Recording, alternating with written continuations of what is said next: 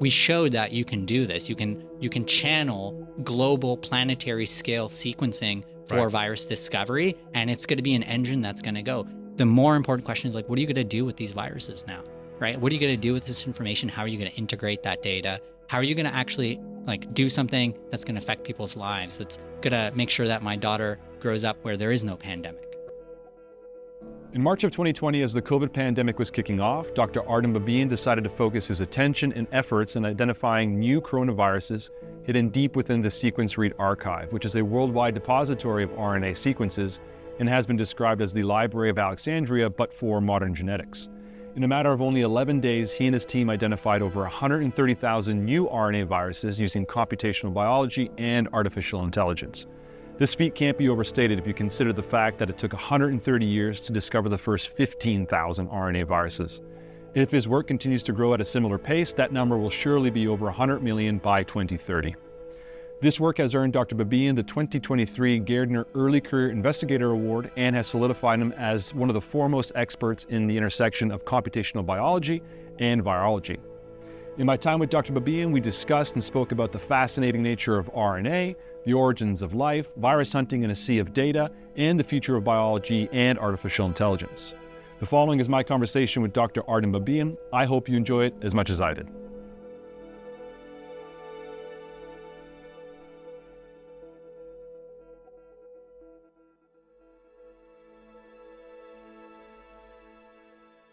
Most people who think of genetics or invoke genetics immediately think of DNA. And for good reason, it's the biomolecule that gets the most press. But there is this parallel world and universe where there's a different nucleic acid that reigns supreme, and that's, of course, RNA. And that's a world that you've contributed significantly to in the last couple of years. So that's the reason why I wanted to talk to you today.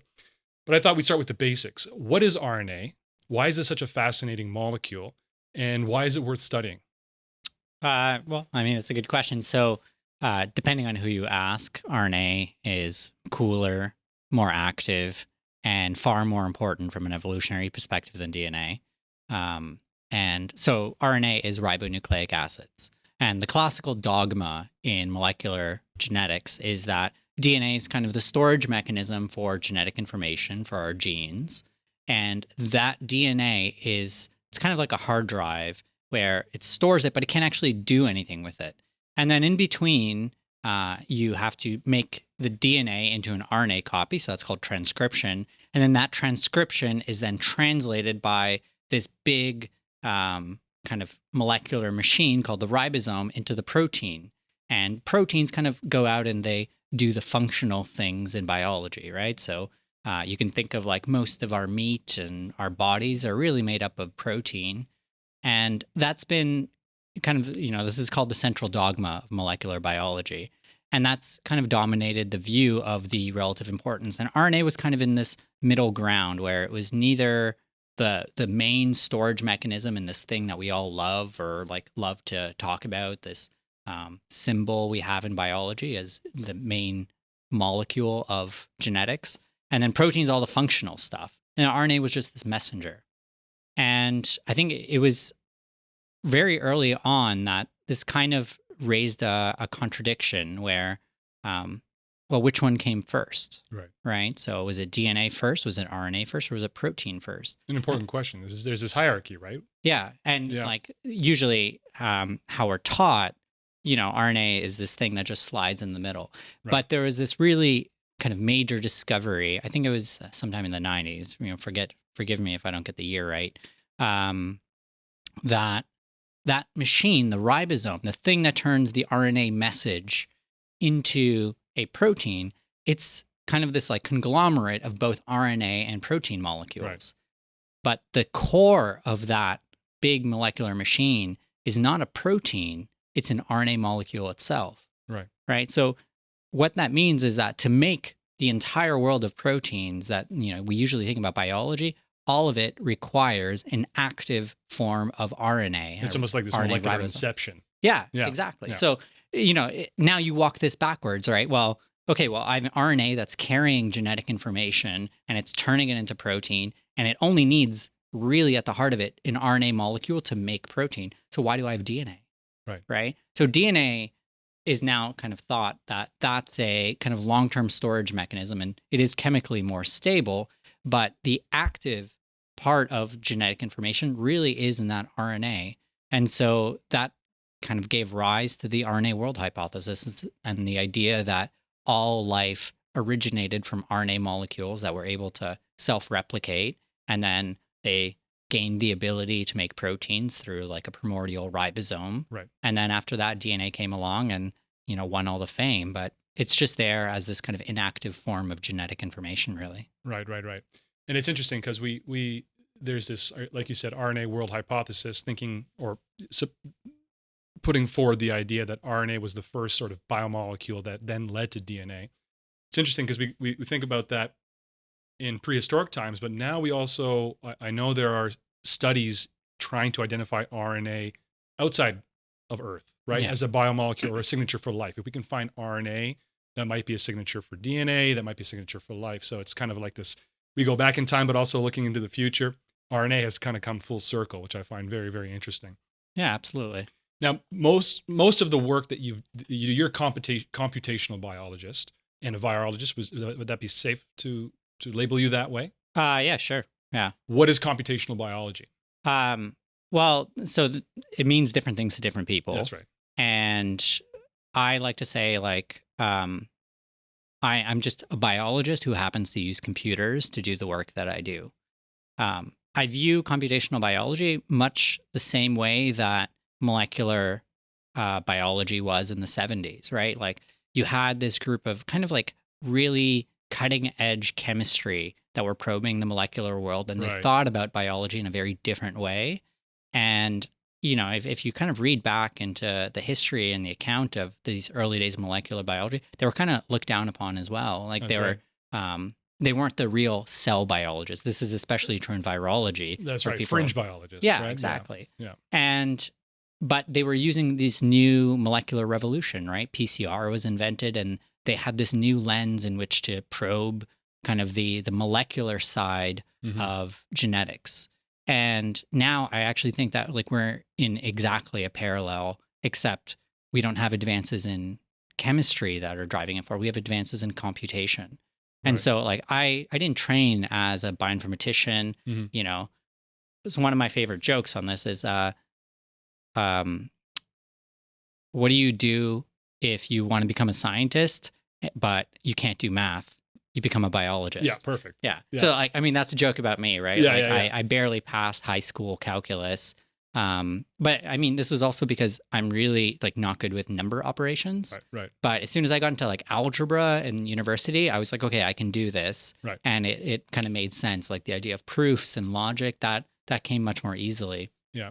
And so just on this, it's, I took up computational biology because I view it as a tool and a lens with which to ask, I think, the most interesting biological questions, like where do we come from?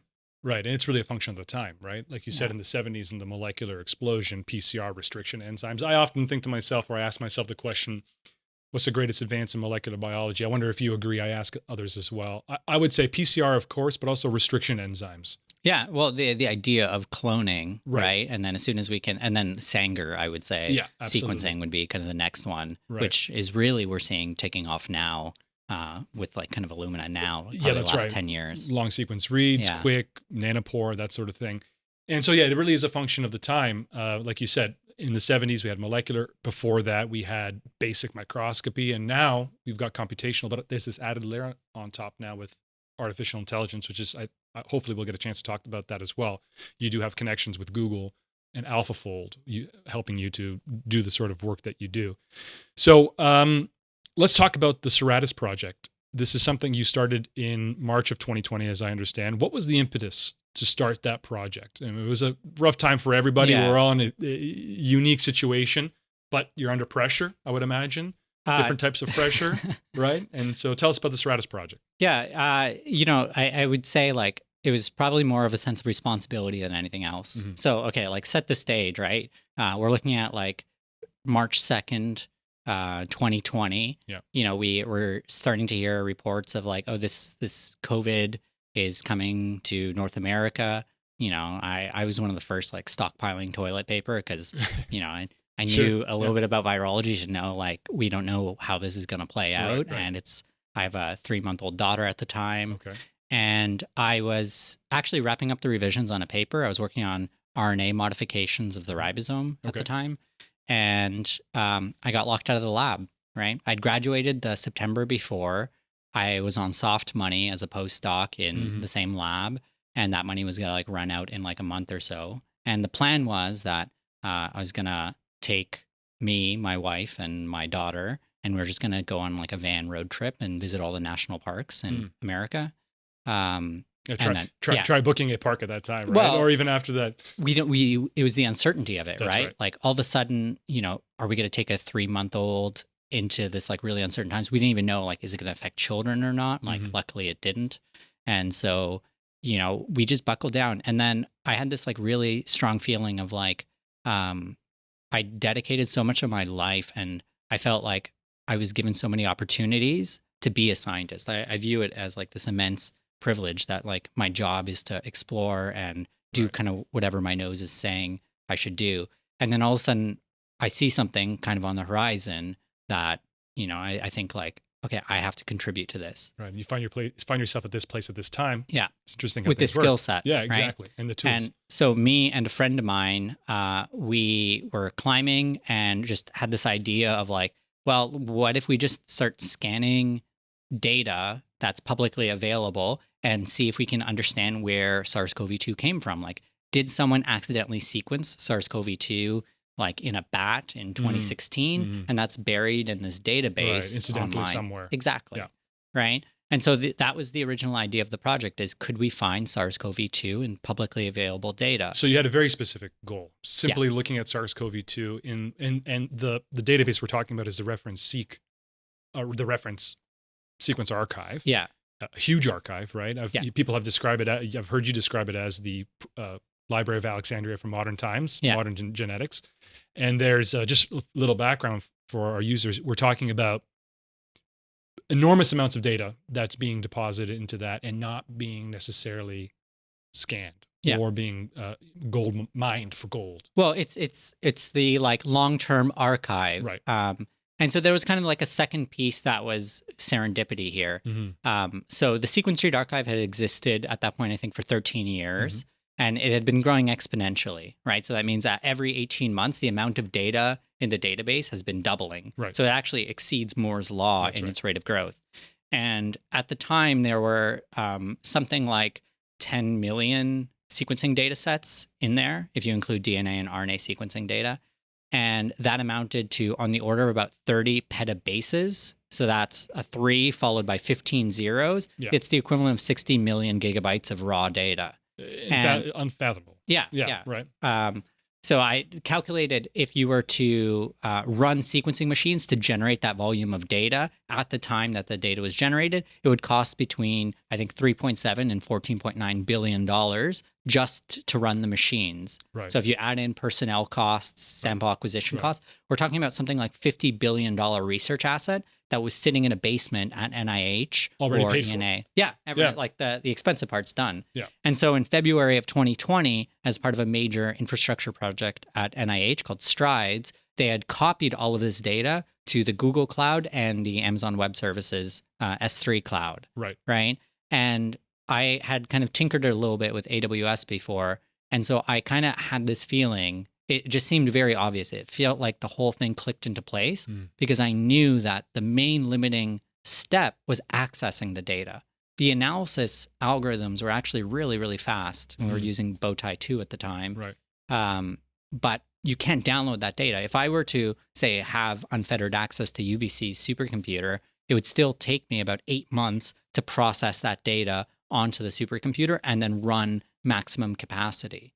So having it copied over to AWS gave me instantaneous access, right? Very easily. Like something like a third to half of the internet runs on AWS. It's an incredibly powerful system.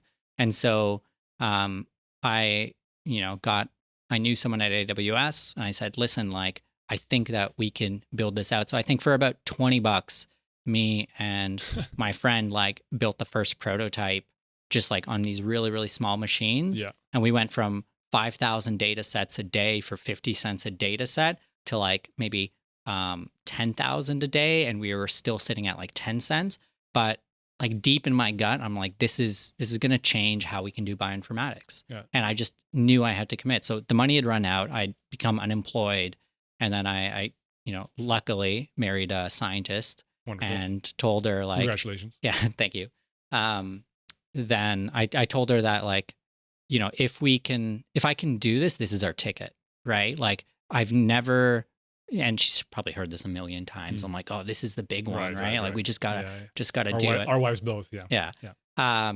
But and then I committed to it, and I took this project to every hackathon I could. There's all these SARS-CoV-2 hackathons at the time, and literally anyone with a pulse that could like type on a keyboard, I was like, help me out, help me build this. And I just ended up running this open science project where I openly recruited people, and some of the best bioinformaticians in the world end up joining. Because I think when you explain the idea of there's all of this data, we have this way of accessing it, we just need to like put the rest of the pieces together. And then the promise of the project was give me 3 months of your time and we're going to write a Nature paper, which is kind of like the highest, it's this like ambitious type of goal for a scientist. And, I think 4 months down the line, we had the preprint, we submitted it. I was 100% expecting the editor to just say like, who are you and why are you wasting my time? Right. Because, I was at that point, I didn't have a university affiliation, right? It was just some guy at a laptop and I'm just sending off this paper saying this is going to change. So this paper you published in Nature without any affiliation. Yeah. So that is an incredible accomplishment. Well, for our listeners, yeah. That's amazing. And one of the highest, if not the highest impact paper without an affiliation. That's amazing. Now, your first goal was really to identify new coronaviruses specifically. So tell us a little bit about coronaviruses. I mean, they're a broad category of viruses. They can be quite common. Some are dangerous, some are not. I mean, you were looking at coronaviruses because, of course, the COVID pandemic that was occurring. But tell us a little bit about coronaviruses, the way their genome is structured, because that'll be important a little bit later on. Yeah. And any sort of unique things that we know now about coronaviruses. Well, coronaviruses, they're broadly categorized into alpha, beta, gamma, delta coronaviruses, and then there were there's like one in like sea slugs. Yes. And the main kind of feature that made them like really stand out at the time, this is 2020, was they have very long genomes. That's right. And some of the longest of all viruses. Yeah. Right? Yeah. 30,000 base pairs. At the time, yeah, those were kind of the longest. I think that that sea slug one was like 36 or something, and that was the longest. Now there's like 50 kb RNA viruses. And they have proofreading activity. They form fairly large virions, and they kind of have this corona under an electron microscope. That's what gave it the name. And, they're really characterized by common cold, at least in humans, like common cold viruses, right? And that's how they were kind of seen right up until SARS-1, which actually also hit Toronto. That's right. I remember being I was in middle school at the time when everything got shut down here. That's right. And then that kind of redefined what coronaviruses could do. And then MERS came along. And then that's why when SARS-CoV-2 came along, it was like no one really knew, is this going to go more the way of kind of the common cold coronaviruses? Or is this going to go to a highly transmissible SARS-CoV-2 or MERS, which would be incredibly dangerous? Yes. And so that's kind of like the space of coronaviruses at that time. And then, we were just looking to see any of the coronaviruses. Can we find new species? Can we find any new places where these viruses were showing up, where they were kind of unexpected? And that formed the basis of the study. Yeah. Now, as I correct me if I'm wrong, do I understand correctly? So initially you wanted to look for coronaviruses, and then you decided to expand more broadly into all novel or as many novel RNA viruses as you could, and you were focusing on the one thing they all have in common, which is RNA-dependent RNA polymerase. Yeah. So is that sort of the fingerprint that you're looking for in the sequence library? Yeah. So the RNA-dependent RNA polymerase, it's a gene. Right. It the thing that it does is it takes the RNA molecule and it copies it and makes a new copy of the RNA molecule. So it's also called like the replicase for RNA viral genomes. And the defining feature like of all RNA viruses is that they have to have this RDRP gene. Right. Otherwise they cannot replicate. Yeah, well, there's always exceptions in biology, yeah. Of course. But at least for like, the people who like to put things in boxes, right. They define RNA viruses as things that have this one particular gene. And that kind of like was the stage for where kind of RNA virus discovery was at that time, where people were trying to use these very complex definitions of like how to identify an RNA virus from sequencing data alone. So this isn't even a fully accepted practice. A bunch of people will say, actually, it was at like one of these coronavirus conferences, not me, but another researcher got this kind of like rude comments like, how do you know these are not just computer viruses? Which is a fair thing to say, but it was very sarcastic. Right. Yeah. So I quickly changed the title of my talk from like discovering new coronaviruses to discovering new computer viruses. Oh, very good. I'm sure you love that. Everyone got a laugh and then kind of deflated the situation. But the idea is that like when you're able to identify new versions of this gene, classically, people would use many different genes to be able to group and identify viruses. Right. And they would need all the genes, which on coronavirus, depending on how you count them, is like something like 13. Each one has to be more than 10% different to any of the reference viruses for it to be considered a new virus. Okay. Right? Yep. But the problem is that all of these genes mutate or evolve at very, very different rates. Right. That's important to understand is that RNA, one of its downsides is that it's prone to mutation much more than DNA is. And so you get a high mutation rate in any given virus. Yeah. Right. Which is in some way serendipitous because it allows you to then track changes in new species or new categories easily. Yeah. Right. But so the main, I guess, kind of point here is that we use this and we realize that like we can actually strip away a huge amount of this unnecessary information of the rest of the genome and focus on not just the RDRP gene, but the catalytic core, the very like beating heart of the RDRP enzyme, the part that's the slowest to evolve and gives us the most sensitivity to finding new viruses. And this was actually something that we kind of came to accidentally because, as I said, we were using this algorithm Bowtie, which is a nucleotide aligner. That was a total mistake. So like that first iteration of that paper, we literally had to like throw away that whole version of the data because we had used the wrong algorithm. Like we hadn't learned deeply enough about how to solve this problem of virus discovery.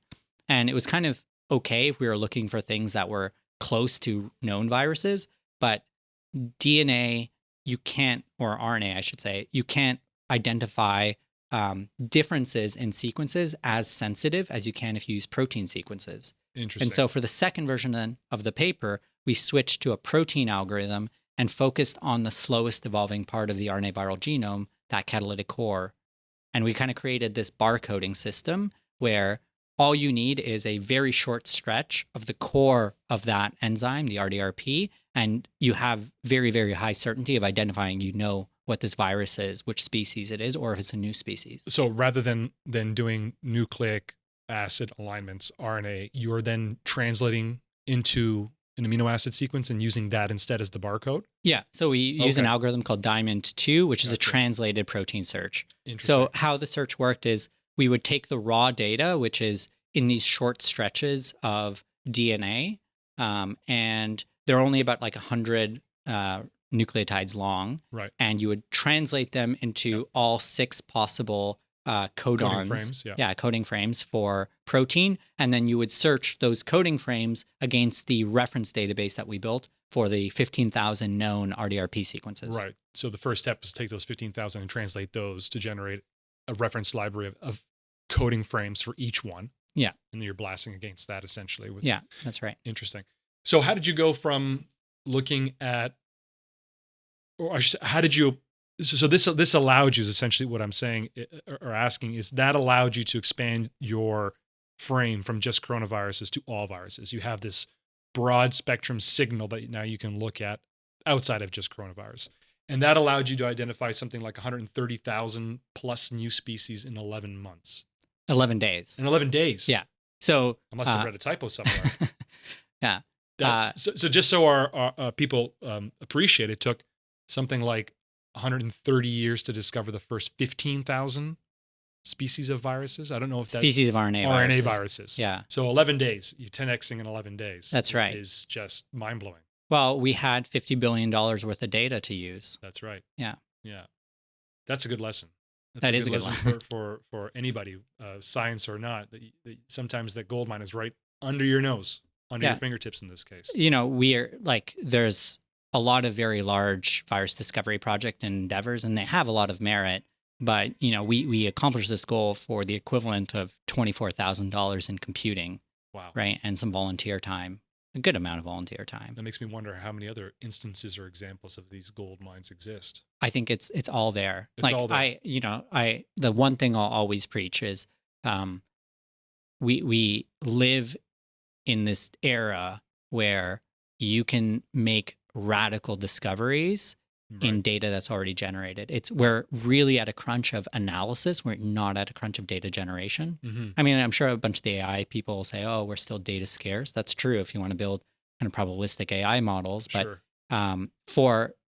I could spend the rest of my life, probably many of my lifetimes, characterizing the viruses that we had already found and trying to figure out. And, every few years, it would be a major discovery. So right now the goal, and that kind of set the stage for the project. This wasn't data that we were making for us. This is data that we're making for everyone.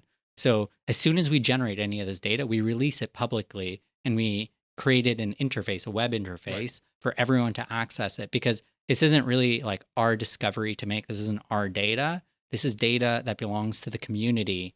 And, our job is just to kind of like liberate it and get it and disseminate it as widely as possible. And what I really like about your story is it's a perfect, beautiful example of open sourcing, not only data, but technology. All right. You've made this available to everybody to use. They can hop on your website, which we'll link in the show notes, and play around with it. And you're on GitHub as an example. So I think it's a good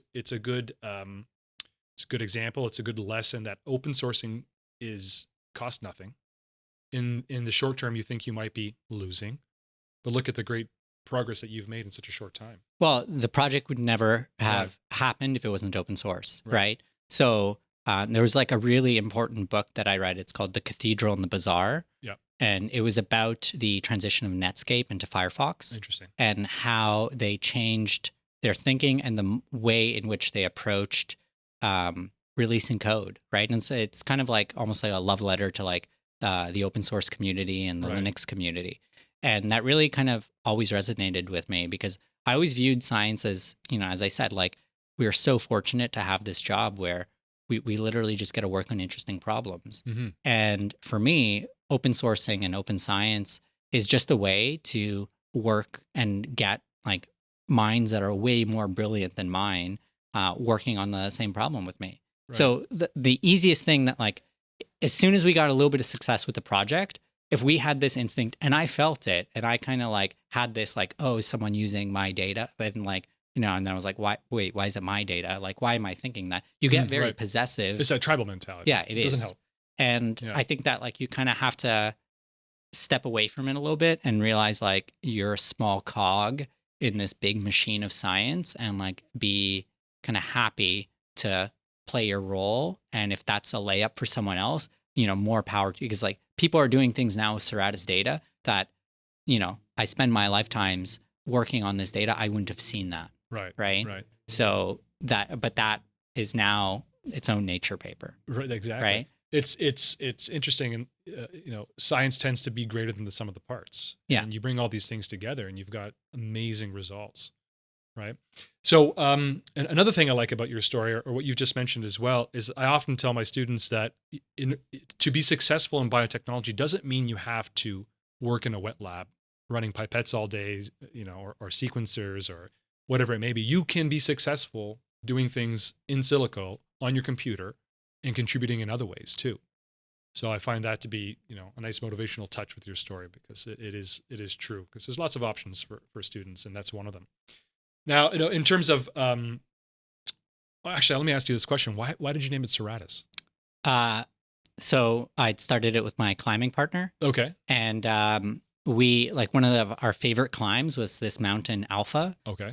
It's called the Tantalus Range in Tantalus Provincial Park, Is that in and BC? in BC, Okay. yeah. So we had this kind of like epic day on Alpha.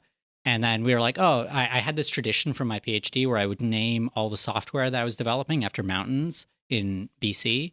And then we're like, oh, Alpha is kind of like a really bad name for software. Yeah. Because it's like the early version of That's right. software Yeah. and like everything's Alpha. Yeah. Beta's not that much better. Yeah, exactly. And then the mountain right beside Alpha is Serratus. Okay. And so we're like, oh, we'll just call it Serratus. Okay. So it wasn't an anatomy thing or Serratus? No. Yeah. Okay. No. So that's why I have like I have these stickers that I always carry around. So the logo is the mountain. Yeah. Oh, yeah. There you go. That Yeah. makes sense.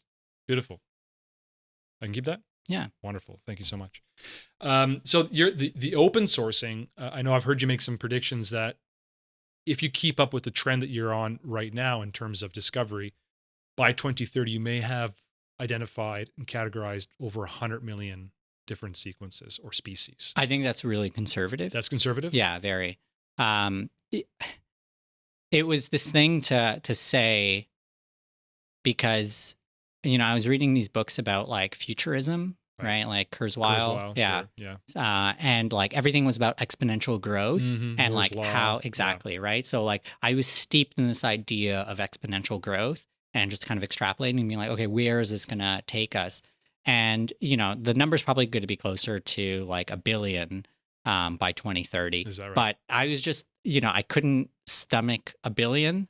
And so I settled like, okay, I'll just go one order of magnitude down to 100. But it was still like So at the beginning of the decade, we had 15,000 RNA viruses. At the end of the decade, we're going to be looking at 100 million. Because I think that frames the next, say, 5 years, that frames the problem much better. It's not about this virus discovery thing. We're at 780,000 now. We'll probably be at like a few million in the next year, and then it'll just keep going up. That's an irrelevant problem now. Right? We showed that you can do this. You can channel global planetary scale sequencing for virus discovery, and it's going to be an engine that's going to go. The more important question is like, what are you going to do with these viruses now? Right? What are you going to do with this information? How are you going to integrate that data? How are you going to actually like do something that's going to affect people's lives? That's going to make sure that my daughter grows up where there is no pandemic. Right? Not data for data's sake alone. Exactly. Right? It has to be actionable at some point.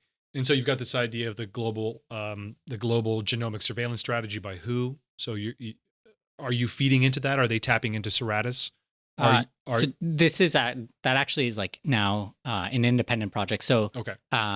There was this like big controversy about how SARS-CoV-2 genomes were being shared, and same thing happened before with flu. Right. And actually, this researcher in Switzerland, Emma Hodcraft, she had started this way in which we can share genomic sequencing data in a much more open and transparent way. So the project is called Pathoplexus, and it's based on this technology, Loculus. And the idea is that if we can use kind of an open source platform and have a pipeline to make sure that these genomes that governments are spending billions of dollars to sequence and generate them, that they will end up into public sequencing databases and not like locked away into private repositories.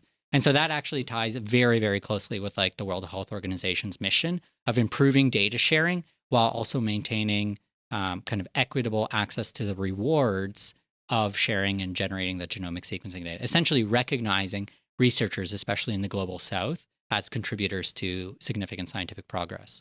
This technology or this method that you mentioned, I may or may not have read. Does this involve blockchain categorization? No. No, it doesn't. No. Okay, that's something else that I was reading about. Now, just so we can put this in context or sort of frame this in a way. So let's just use your conservative number of 100 million by 2030. Each one of those species is at a minimum 10% different from the other. Correct. Right. So what is, try to fathom or try to wrap your mind around that. I mean, in terms of species on Earth of non-viral mammals, bugs, fungi, I would imagine it's more than 100 million, but either way, 100 million is huge. What does that mean in terms of what's out there? You have 100 million different versions of viruses. Is each one of those going to affect the person who's infected a different way? Should we be worried? No. You hear that number? Basically, is what I'm getting No, at. no, no. 100 million different viruses. That sounds like sci-fi. Yeah. I mean, there's only something like 170 RNA viruses that are known to infect humans. Okay. Right. Yeah. So that's a much more manageable That puts it in number, right? context. Yeah. Yep, absolutely. Right. But what we kind of are ignorant to where a lot of this virus discovery is that there are 170 or 200 or probably closer to a few thousand viruses per species. But, how many species of beetle are there? Right. How many species of fungi are there? How many bacteria are there? Archaea, protists, parasites that infect us, all the things that live on and in and around us, right? All the other mammals, all the rodents and bats, they're far more numerous than us primates.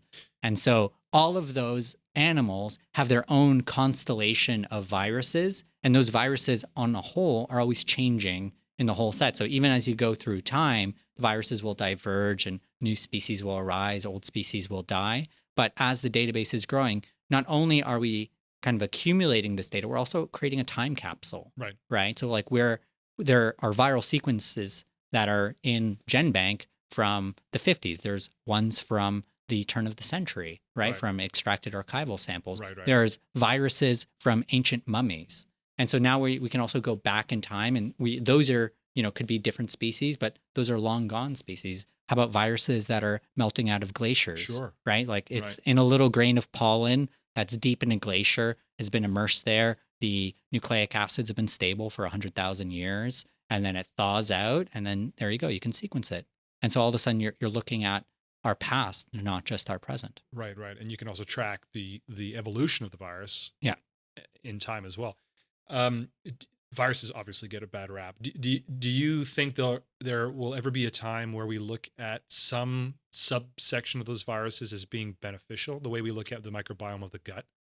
Yeah, absolutely. Right. In that 100 million, there must be a few, and I couldn't, you could come up with ways that they could be beneficial, but you think they'll get a better rap in the future? Yeah. So, I'm sure but about 8% of our DNA is viral in origin. Right. So there are these viruses called endogenous retroviruses. So retroviruses are like HIV. They have an RNA genome, but they copy themselves backwards to DNA. So they kind of go against that flow of the molecular dogma. That's right. And if those integrations, if that DNA then integrates into a sperm or an egg or somewhere in the germline, it becomes part of that organism's copy, like that genome, and then it's transmitted, vertically down through the children. And because this has happened so many times over evolutionary time, large fractions of mammalian, actually many different genomes, accumulate as retroviruses. And then that genetic material can get repurposed and become part of our normal physiology. So there's a gene in all humans called syncytin, and it's necessary. So if you kind of delete syncytin, you have embryonic lethality because the placenta is not as invasive. So it allows for fusion of the syncytin in placental formation and actually enables maternal child antibody transfer. That gene is a retroviral gene. It's a retroviral gene that we stole from the retrovirus that infected us. Do we know how far back? That one, I think that one is probably, I don't know if it's also shared in chimps, but let's say like 5 million years, something like that. But the wild thing is that there's 6 independent exaptations, like stealing to reuse for a new purpose. So that event of an endogenous retroviral syncytin being repurposed for placental invasiveness happened at least 6 times in different mammalian lineages. So it's convergent evolution. Interesting. And one of the, my PhD was on these endogenous retroviruses and how they help the progression of cancer evolution. But the kind of larger idea in the field is that these things, which are genetic parasites, they're kind of like even simpler than viruses in many ways. But by possessing them, they're a driver of evolutionary change. They create really interesting genetic novelty. And then that is, one of the reasons why, depends on who you ask, but it's, could be a reason to explain why bats radiated and speciated so much. Though that speciation event is associated with an invasion of a DNA transposable element called a heliotron, right? Interesting. And, there's like examples in lemurs where they got invaded by these lava elements. The lava elements spread across the genome, and their chromosomes shattered and recombined over these new transposable element sites. And that caused the speciation where lemurs have like radically different karyotype, like radically different chromosome numbers and organization than kind of their ancestors. And all those breakpoints are at these lava elements. Oh, that's fascinating. Right.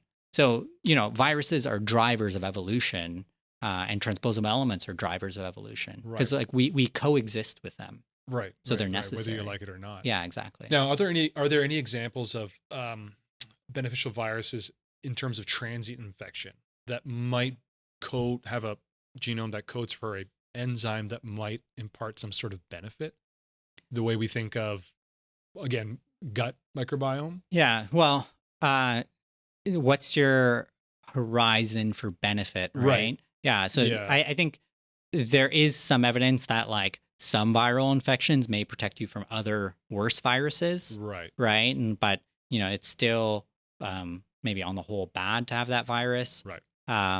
There's very interesting examples of they're not transient, but like there's parasitic wasps that have I think it's a DNA virus that they can encode, and then when they sting a caterpillar, the virus infects the caterpillar, turns them into mush, and they lay their eggs in it, and then the larva can eat it. So it's in that case, it's kind of like this bioweapon that the wasp is using. Has developed over time. Exactly. Yeah. Now, is there any way, or is anybody doing any work in wet labs to confirm, or how would you confirm the discovery of new viruses via your method? Right? You've got all this data. Nobody's going to be able to, in a wet lab, confirm all of them. But because really what you're looking at right now, at least, is code on a computer screen. Yeah. But not a virus in your hand per se, in a dish or in a tube. Is there anybody trying to confirm this in a wet lab? Yeah, it depends. There's a lot of people. Okay, great. So it depends on like what's the story, right? Right. So there's a lot of different ways where really what this is it's kind of like a hypothesis generation engine, right? Yes. I like to say there's an infinite amount of really bad hypotheses out there and very, very few good ones. And so one of the biggest challenges in science is if you're going to be in the lab, right, you're going to be working slower. It's just the way things are. Yeah, especially in biology. Yeah. But you need to be more mindful and careful about like where you invest your time and resources, right?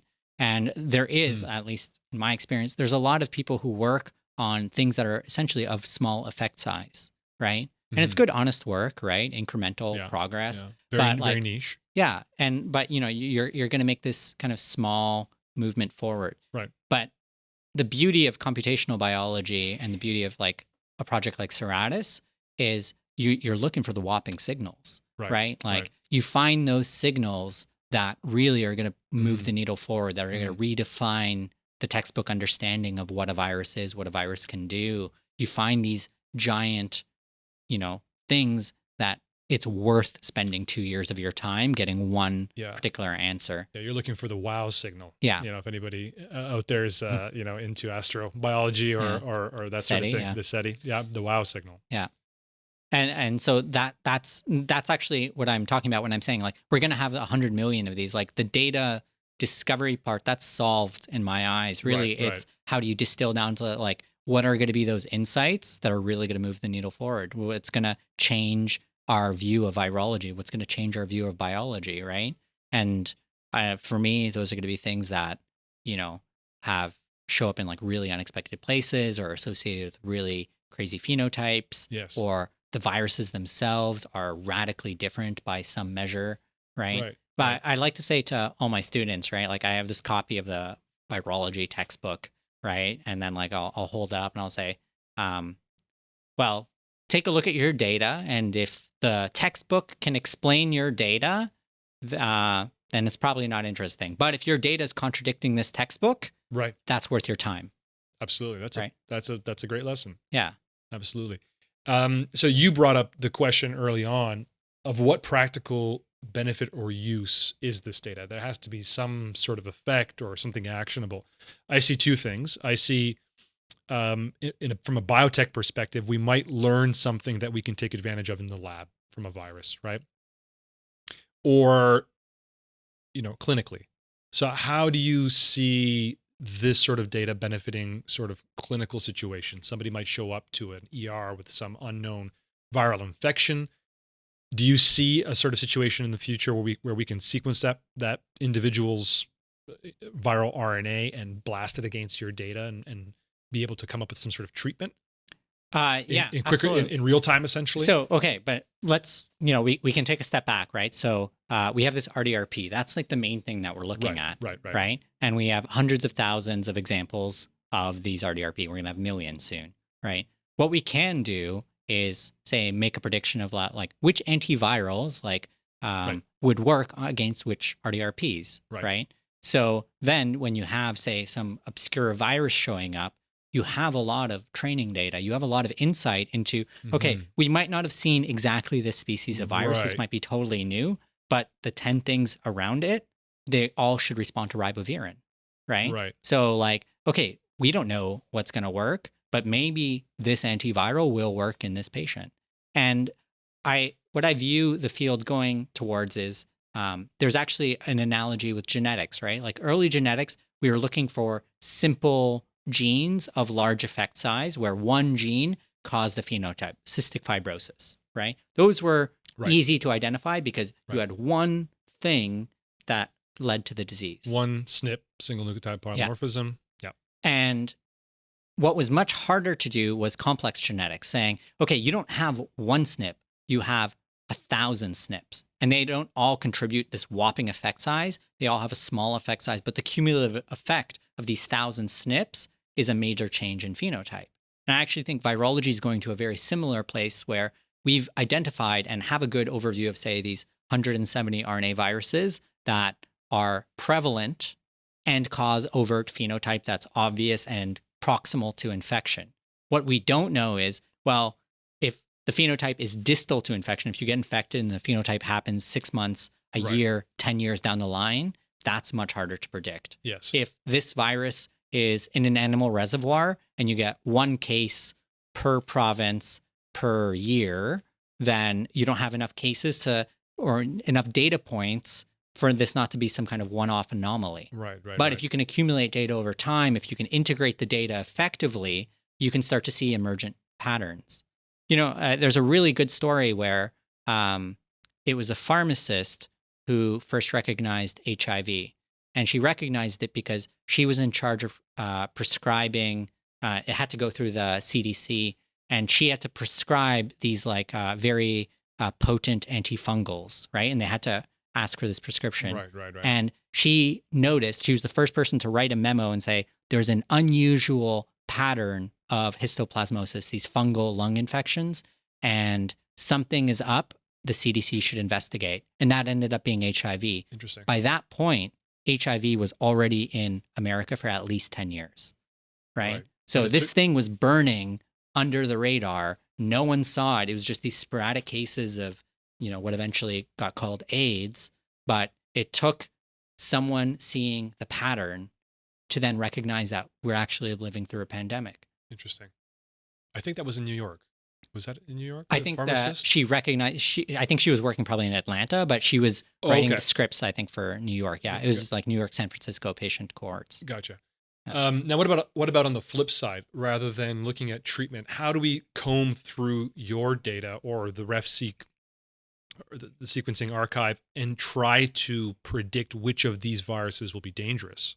I don't think that that's really going to be possible. I don't think that you can look at a viral sequence and say, well, that for sure is going to cause this effect. I think, you can make probabilistic guesses. You can probably do a good job, but even the state of the art with all the ML, they'll make a set of predictions, and then 3 months down the line, there's one of their low priority viruses that ends up being in Haitian children, and they're like, okay, well, how did you miss this? I think the problem with any type of of this like prognostic capability, or like, is viruses evolve and they're super efficient at it, right? They mutate heavily, and so you think that this virus can't infect humans, or is not going to be transmittable, or is not going to be really relevant, but it's just a few mutations away to finding a hack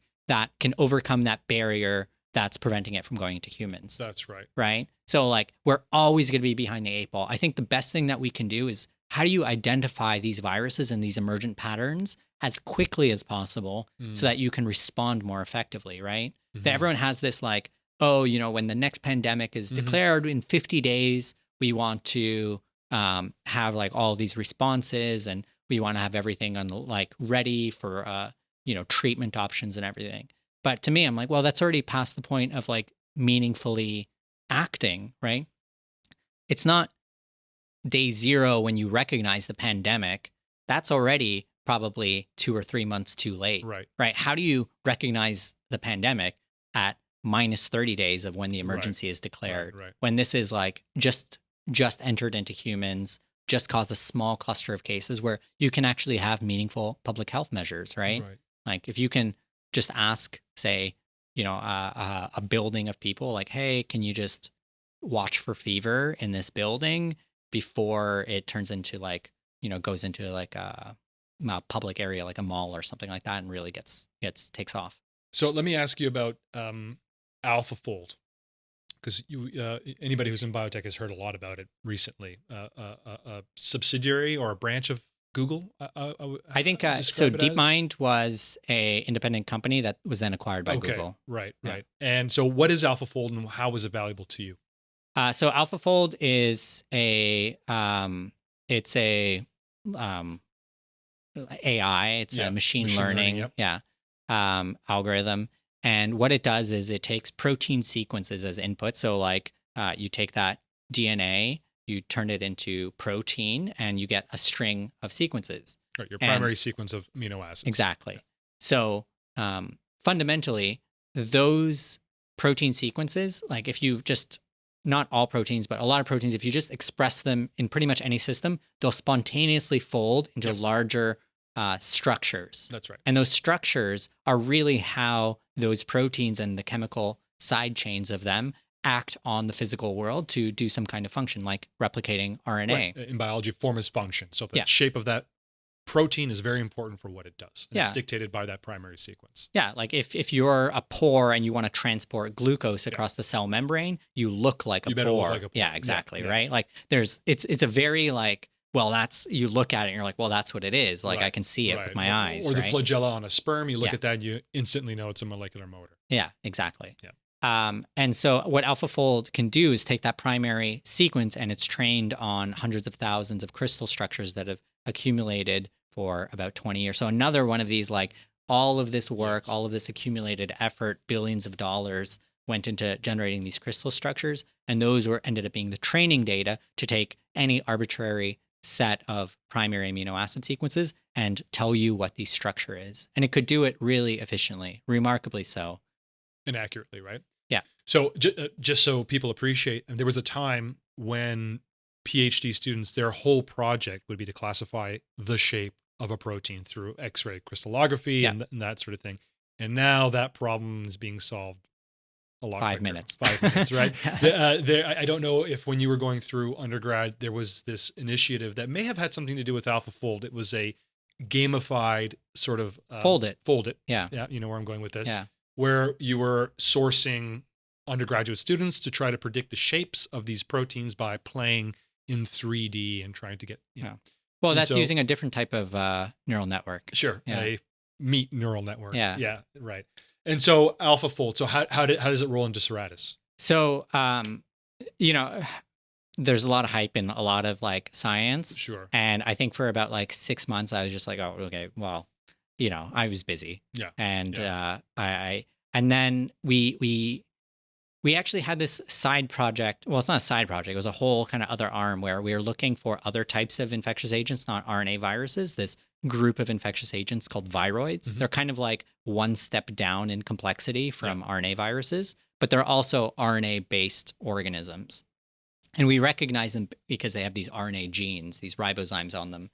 And we did a search, kind of like we did with RDRP, but instead we were looking for these RNA ribozyme genes in a certain configuration that indicates this is probably a viroid. And, we found, again, tens of thousands of it. We ran this pilot data set. It was like only 200,000 data sets. And there were something like 300 known viroids. We then found 20,000. But the surprising thing was that they weren't just these very short viroids that were only 300 nucleotides, like 300 DNA letter or RNA letters long. Right. Some of them were as long as 5,000 nucleotides long. Okay. And they had proteins that they had acquired from somewhere or had evolved, and we couldn't recognize what those were. But if you folded them with AlphaFold, it folded into a perfect RDRP.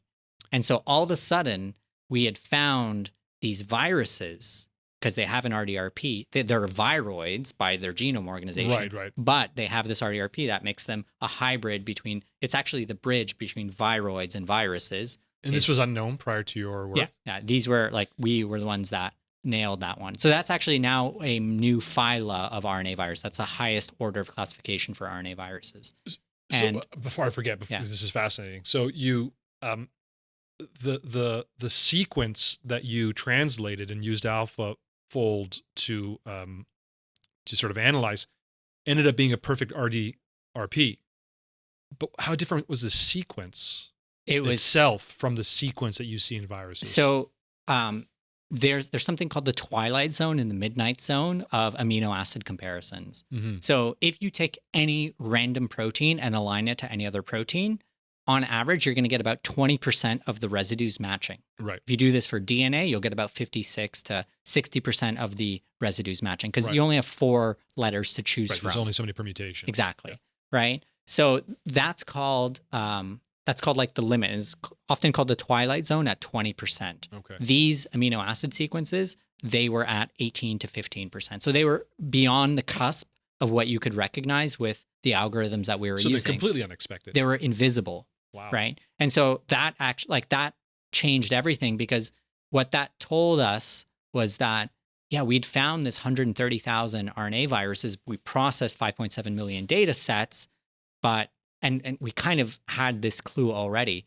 That represents less than 50% of the RNA viruses in the data we already analyzed. There is another 100, or like at the time, there was another 130,000 RNA viruses that are in the exact same data that we just missed. We only touched the tip of the iceberg with Serratus, and we didn't realize how deep that iceberg goes. And finding these MB vericata sequences, these ambiviruses, as they're called, that really was an insight. And so then we just kind of went bonkers with like AlphaFold, where we said, okay, we have no way of really guessing if this is a virus or not. Like, we're literally looking into the dark, right?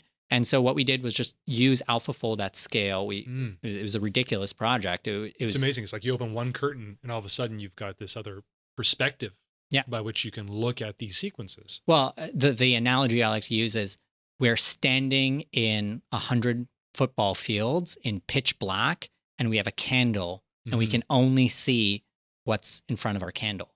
And there's all of this dark matter space around us, and we have no idea where or how diverse all of that space is. AlphaFold is like a giant spotlight. It's just like a torch, and we can see beyond the horizon of this sequence alignment limit, and we can find things purely based on their backbone, their structures. Is epigenetics another curtain that you can open up? So RNA modification? So that was like exactly before Serratus. That's what I had found in cancer.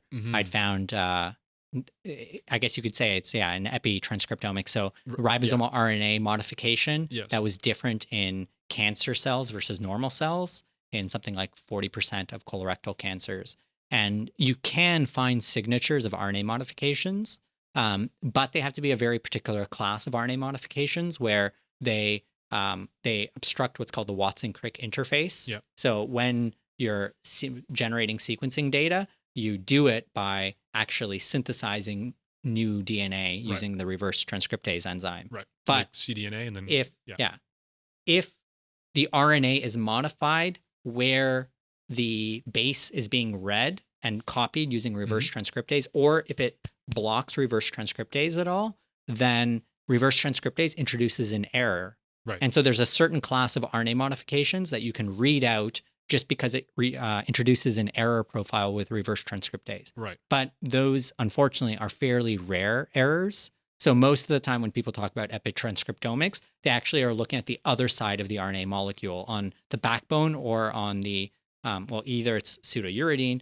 or the backbone, the sugar base, not the information-bearing part of the RNA. Portion of the RNA. Yeah. And so those are usually to make something structural or make something, but there are like RNA modifications in tRNA and ribosomal RNA, which change kind of the business end of the molecules. Right. And those you can detect, yeah.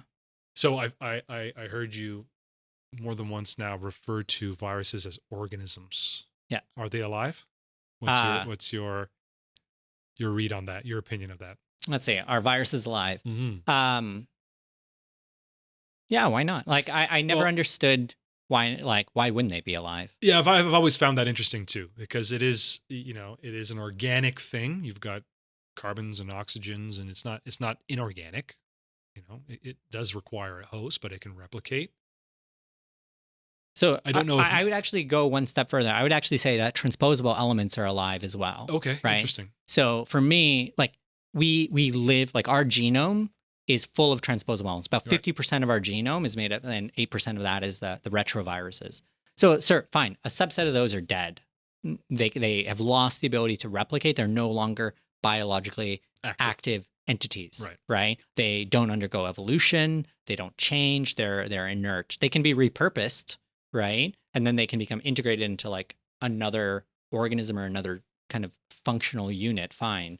But I think that anything that kind of has kind of the ability to self-replicate, even if it doesn't have its own enzymes and undergoes Darwinian evolution, that really is the way, that's the lens by which I understand life. Reading The Selfish Gene at a high school, that was really influential for me because it gives me, I think, a more powerful way to understand genetics and understand how genes and organisms change. So I view kind of like a genome as, it's not just the genome of me or you, say, right? A genome is like, it's a community of individual genes that they have kind of mutual benefit. They exist in kind of like a symbiotic.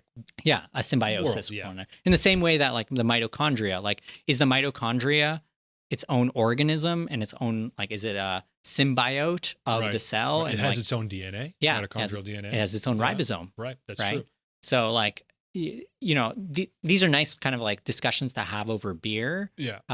But I'm very much, I guess, biased in that I like to have the mental model that gives me the most flexibility to think and be as unrigid as possible. Yeah, it's exactly what I was going to say. Rigidity is not a good thing when it comes to science. Well, it depends on who you are. If you're a taxonomist, sorry to my taxonomist friends. Sure, yes. You want to put everything, and I think like there are people who want to put things into boxes, and there are people who want to find things that don't fit into a box. Right. And I am well into the category of person where the more boxes I have, they are more of an inhibitor of me understanding nature for how it is than like a crutch that I use to interpret the world. So sometimes it's good to have boxes because it gives you the ability to abstract away the fuzziness where you kind of don't care. Right. And you say, okay, I have this box, this black box. I'm just going to call that a virus species. Right. I'm not going to think about what is a virus species. I don't really care. That's right. For my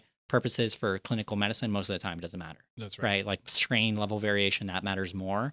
But this species, like what's a virus species? The whole thing is this human invention, right? Like viruses don't care about if they think they're a species with this other virus or they're going to go on virusing. That's it. Yeah, exactly. That's right. Right. It's interesting because right now we're at this time where people are debating whether or not AI is sentient and alive. So if that can be the case, then you can probably argue for viruses being alive too. But you're right. At the end of the day, what does it really matter? Well, I think, there's this quote in statistics where all models are wrong, but some are useful. Yes. And I view pretty much everything that's in, say, a biology textbook as a model, and it's all wrong anyways, but it's useful. And eventually we'll figure out why it's wrong, right? Right. Newtonian physics was wrong at the end of the day, but it's pretty damn useful. Yeah. Yeah. Yeah, that's right. Or even relativity works to a point, and then you've got newer models that come along and say that we're more accurate. That's literally the job description. Yeah. Right? Is like your job description is to go beyond the horizon of like what's known and what's accepted, right? Yeah. The more, and you have to make the case, right? You have to find the evidence, and really, if you're going to propose something new or go against kind of dogma, Right. then like you better come prepared. Yeah, I've this idea of models constantly evolving. I've always loved that about science, is that you should never assume it's done, right? You give it another 10 years or a decade or 2 or 3, and there's a new model that comes along and makes everything more interesting, and there's more to discover. Never stop. That should be, I think, at least in some point, some motivation for a scientist. Like you mentioned, there are scientists that work on niche things and might not ever contribute to something like that. But well, I mean, there's a lot of merit to that kind of stuff, right? Or where Yes, you're taking kind of of like course. a known base and functionalizing it, making applications, yes, biotechnologies. A lot of the time, it's not like all cutting edge. It's really about refinement and good yes, engineering. yes, But I think mathematics went through this in kind of the 20s with incompleteness theorem, right? Mhm. Like people were hoping that math would be this beautiful, elegant system that they'll find universal truth, and that'll be it, right? That's the universal mathematical system. And then this guy Gödel comes along and says, actually, math can never be complete and consistent. You can only choose one, which That's right. essentially meant like there's always going to be a job for mathematicians to do more. Right, and I think for young people, they think of math as being complete. There's nothing else to learn, which is really not the case. It's very unfortunate, but this actually I think is a much greater theme. I think we do a huge disservice to students by the way that we evaluate them, the way that we present information, where we present things as if it's facts and you can't question those facts. If you don't get the fact answer that I want you to give me, you are wrong and you will lose marks and you are bad. Whereas the truth is, we don't actually know what's going on. Everything is really about weighing the evidence of what's being presented. Yes. And if you can present me with an argument that is logical and presents evidence to counteract what I'm saying as the professor or, whatever, I'm far like that is the 1 in 100 student that really is like a shining example of what a scientist should be. So, and I don't blame the students for this. I blame the teachers. I blame the education system. Because we want to take the easy way out. It is so easy to give a multiple choice question or something, or present something, or talk about something as if it's exact and like that's the way it is. That's right. Obviously, there are places where this is like true to a degree and you're training people, but you're not doing students a service if you stop there, because the hardest part of science is to take that next step, to synthesize new information, to evaluate evidence, and to come up with your own original ideas. There's more creativity in science than we give it credit for, right? Like science is seen as this like fill in the blanks kind of thing, instead of this like sprawling mess of models and opinions and flaws that I think it really is. Yeah, and biases here, but biotechnology, I think, is a good example of that. The standard definition of biology is to solve a problem in order to making a product or a service in order to solve a problem. So it's all about problem solving at the end of the day, right? Standing on the shoulders of giants before you, or behind you, I should say. Now, let me ask you about your personal story. What are your inspirations and influences? How did you find yourself running the RNA Lab? We heard a little bit about, March 2020. Yeah. And that was a tough time, but who are your inspirations, and how did you find yourself at this juncture of your life? Well, how far do I go back? So I was always loved science. Yeah. It was just like this thing, like going to the science center, I could spend all day, just any of these science encyclopedia books. Mhm. I loved learning about things, learning how things work. I would take apart every electronic I can get my hands on. I loved breaking things. Mhm. I remember fishing and just, when you have to like gut the fish And I would just like look at all the organs, and it was just amazing that all of these insides were making up this organism, and like that's how it worked. So I was always attracted to that, trying to understand the world around me. And then when I was 13, 12, my brother had this book called The Hot Zone, and it was about these scientists that went out to Africa in these spacesuits and discovered Ebola virus. So they go into the middle of Africa, and people are bleeding out of their eyes and all their orifices. And, then it almost happened in America. And that's kind of the premise of the story. So it was this really fascinating book about viruses. And I remember, 12, 13, and then telling people like, oh, I'm going to be a virologist. And I just loved biology always. And so when, you go through high school, luckily I had a great biology teacher who I was interested in human biology and physiology a lot. And then having a good conversation with a good teacher, I was going to go into kinesiology. And then she said, like, why do you want to go into, and then, I explained, like, I'm interested in understanding how the body works and like how humans operate. And then her opinion was like, yeah, if you go into kinesiology, you'll learn about how humans work. But if you go into biology, you'll learn about how all mammals work. And you'll understand the system at a much greater scale, because humans are one solution to this problem of life, and mammals and all the other organisms have found all of these different solutions. And so then I went to McMaster for biology. I sat down in like Bio 101, and 20 minutes in the first lecture, the lecture ended up being about vesicle uptake and influenza viruses. And then I think by the end of that lecture, I just decided I'm going to be virologist, and that's the only thing I want to do. So then everything after that, the only question I ever had to ask myself was like, is this going to make me a better virologist? Right? I just made kind of a stubborn decision that this is what I was going to do. It's not that I knew it was the correct thing. It was just I was going to act as if I know that that's what I want to do, and just work on being better at virology. And so I'd always, I did an internship on veterinary virology. So it was the first time I like really got to play with a real virus. I did a genetics internship. I played with transposable elements, combined those two things together to go and work on like endogenous retroviruses in humans. But the philosophy I always had was there's a lot of people who are training to be virologists, and they kind of take the direct path, right? They learn to be a virologist by becoming and going into a virology lab. My perspective was, well, if I want to bring something, if I want to offer something to the virology community, I can better serve that purpose by learning from different fields and bringing different perspectives, like structural biochemistry, genetics, transcriptomics, computational biology. So or immunology. So I'd always work on like, after I got that first fix of virology, I would just try to learn different perspectives, but always one degree away from viruses. Right, a greater toolkit. Yeah. And then, I do my PhD, I finish, and then the pandemic hits, and all of a sudden I'm like, okay, I know how to do computational biology. I've been, mucking around in this for 8 years now. And here is a virology problem presented to the world. And we are asked, like, if you can contribute, you have a responsibility to do so. And so for me, I was just answering the call. And then I was going to dedicate myself to finding SARS-CoV-2 and the other coronaviruses, and then all RNA viruses. And, I didn't really want to be a PI necessarily.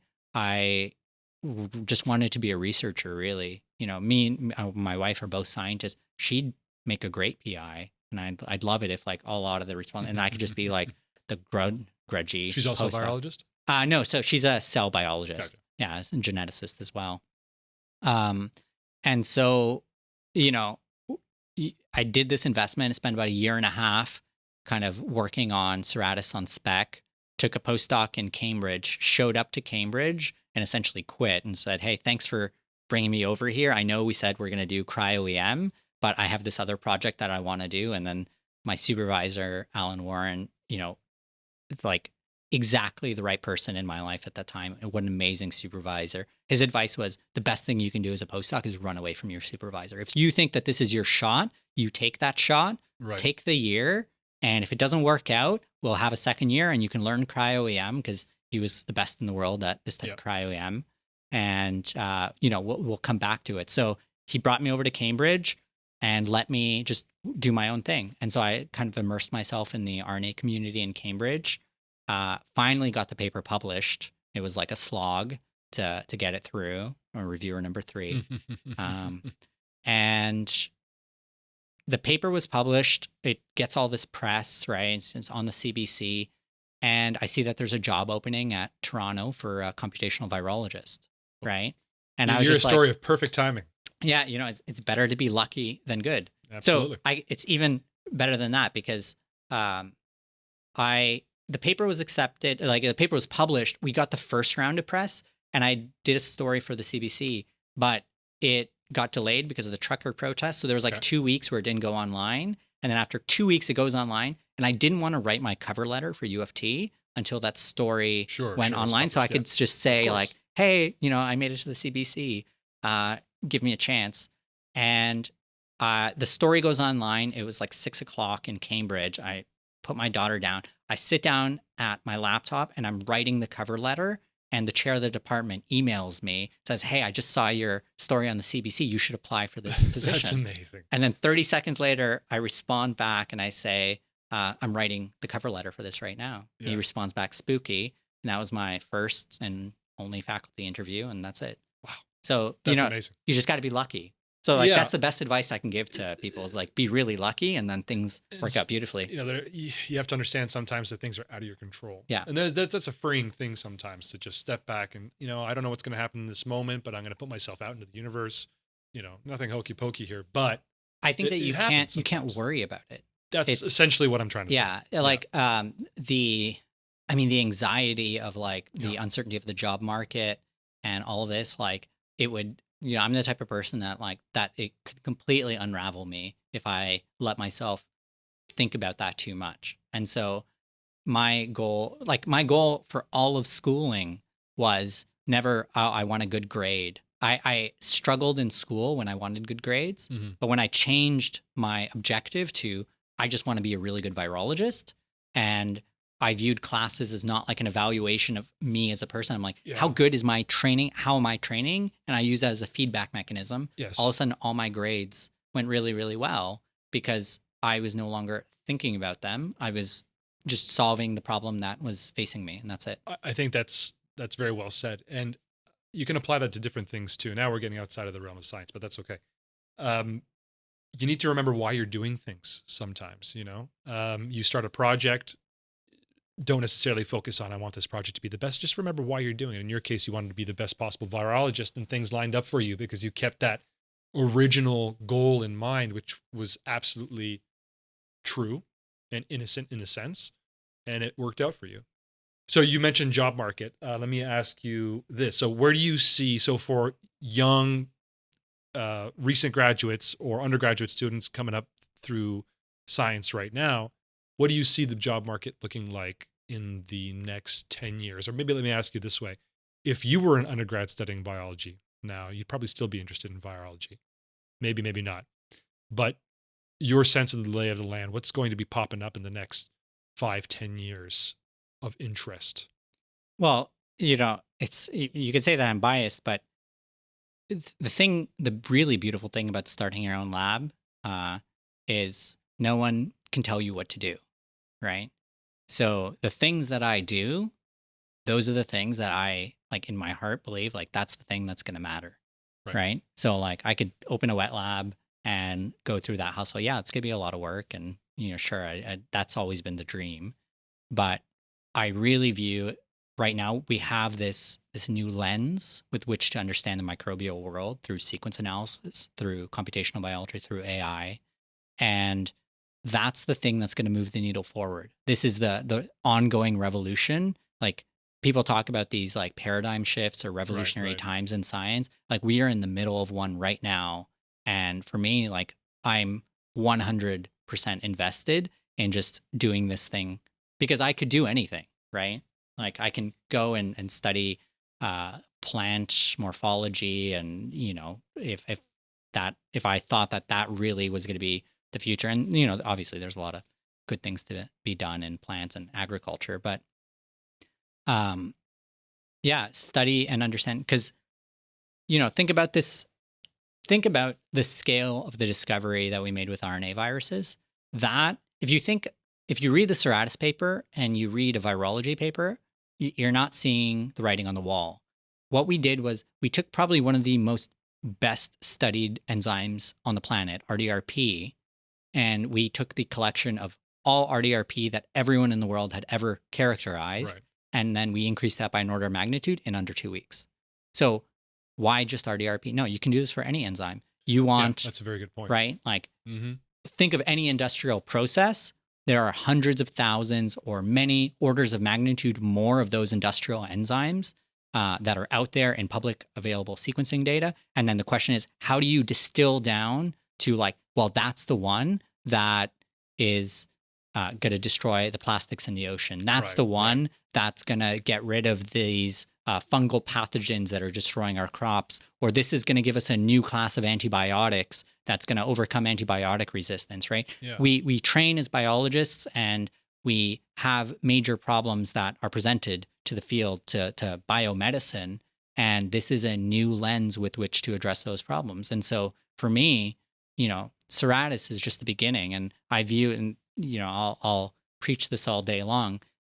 You are given this new toolkit. No one has ever had it before. Let's go do something really cool with it. Right. That's the number one thing I look for in all the students. I'm like, tell me, like, be as creative as you can, think outside of the box, because what we're talking about is doing science at such a fundamental level Mm-hmm. that it's like PCR was just invented.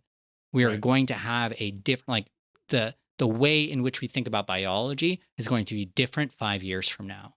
And after 5 years, it's going to be this gold rush. It'll probably die down. And then I can go and move on to like good, honest, molecular work. And because the truth is, like, I'm probably intrinsically more happy in a wet lab than I am in a dry lab. Like, I'm not a dry lab person, but I do it because it's the thing that's being asked of me as a biologist, not because it's like the thing that's the most fun.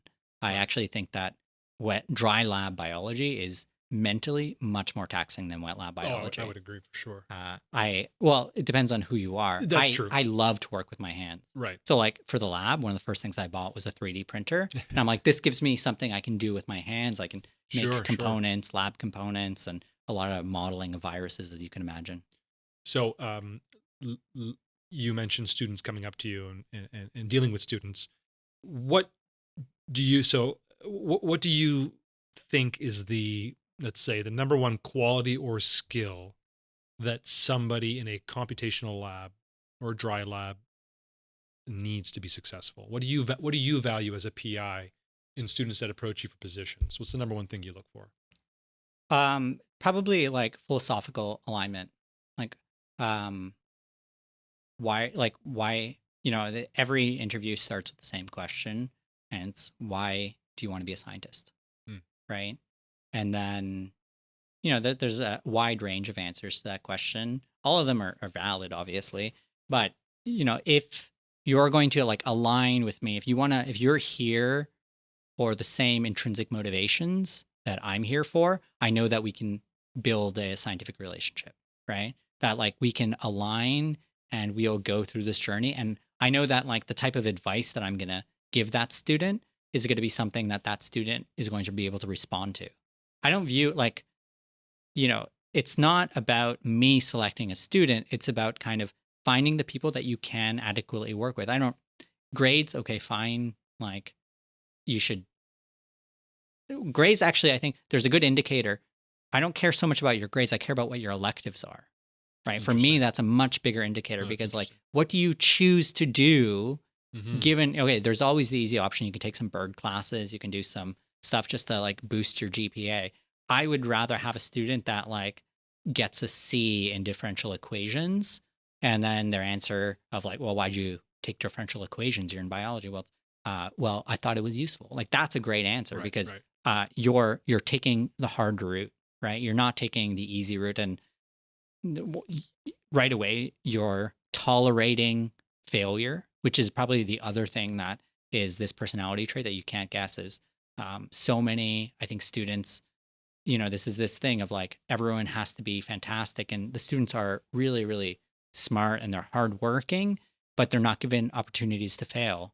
And I think like when they do experience failure, it's crushing, right? And I think that's really unfair because science is just failing gracefully continually for a really long time until you get like a little meager bit of success. So there's kind of like having the personality traits where you think that person can persevere from like the grinding part of science. And if you have the right intrinsic motivation, if you showed up for the right reasons, then I know that I can work with you to guide you over what's going to be the grinding part and like getting to something that's like beyond the horizon, right?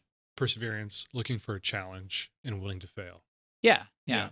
I think that those would be, and then, I think that's kind of the core of it. And honestly, it's, you have these interviews and usually within 5 minutes, you just know, like, Right. you just know if there's a back and forth, right? And you're like, okay, like you get a good vibe from the person. You're like, okay, like, but we can try this and we'll see how it goes.